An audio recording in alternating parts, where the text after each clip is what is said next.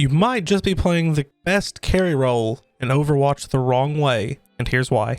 Now, most people see the tank role as just a boring role where all you do is just throw up your shield, protect your DPS, and soak up damage. This is not really the case with a tank role. Now, tanks are essential to leading the team to victory, and even some might argue is the main carry role. Now, I personally wouldn't call myself a tank main by no means, but back when I played on Xbox, and this was several years ago, I had to play the tank role basically to claw my way out of Platinum and work my way through Diamond.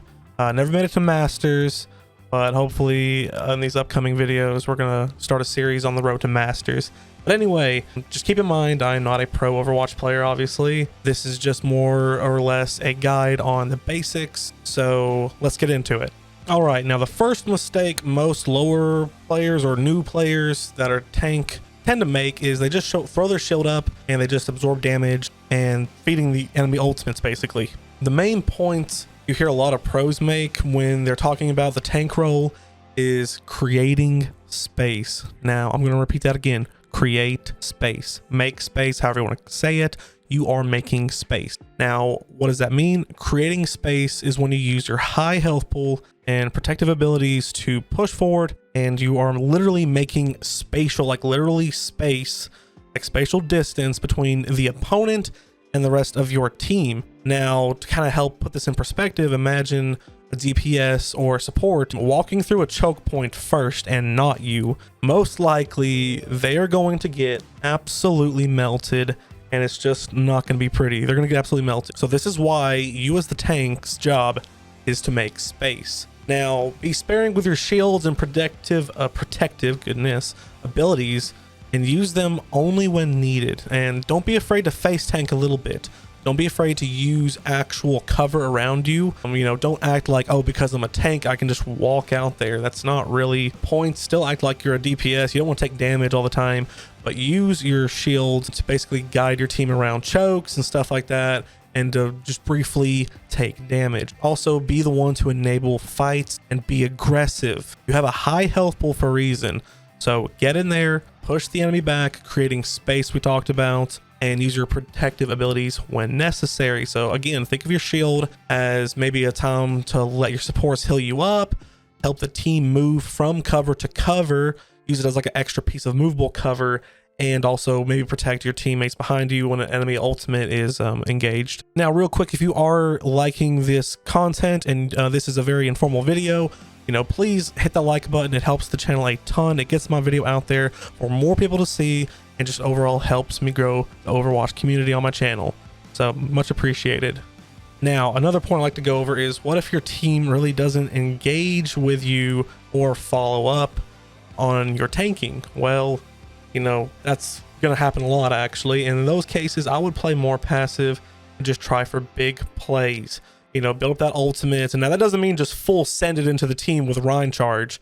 That's not what I'm meaning, or just jump in the middle of the team with Winston and just hope to God that everything's going to go well. You know, you can't just carry the team by 1v6 and as a tank. That's not possible. Now, there are two different types of tanks that we like to kind of categorize them in. You have main tanks and off tanks.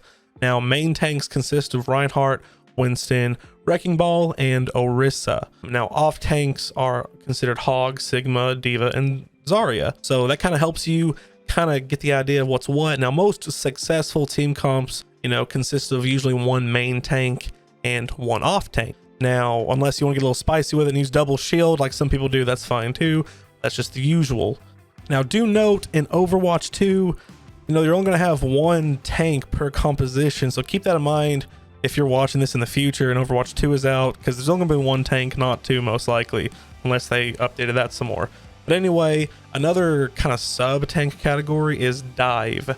And what I mean by dive is like Winston or Diva. Mobile tanks that can really move and get to where they want to be, like high ground, or just really just jump from, you know, point to point, basically. Now, they usually also focus low health targets, such as like a Widowmaker or a Zenyatta, so then they can just jump on, take down a target, get a quick pick, and give your team the, you know, the numbers advantage. Now, some tanks play better with certain team comps, so pick accordingly. So say you have a Zenyatta, more stationary support, Maybe you have a Widowmaker or a Soldier 76. Something like a Reinhardt shield or an Orisa might be better versus like someone like a Pharah and a Genji that are very mobile. You might want to stick mobile with them and use a dive comp like Winston or Diva. So one big thing to note as well is, not knowing the proper sub role of the tanks can really hurt your team by playing a role that doesn't really fit with the team very well, or just not understanding what your role is. But understanding your role can also be a very big part of carrying your team to victory. That's what it came down to. So once you learn the fundamentals, that's when you find yourself doing good. Now, once I learned the fundamentals myself, I found myself climbing ladder pretty quickly at that point.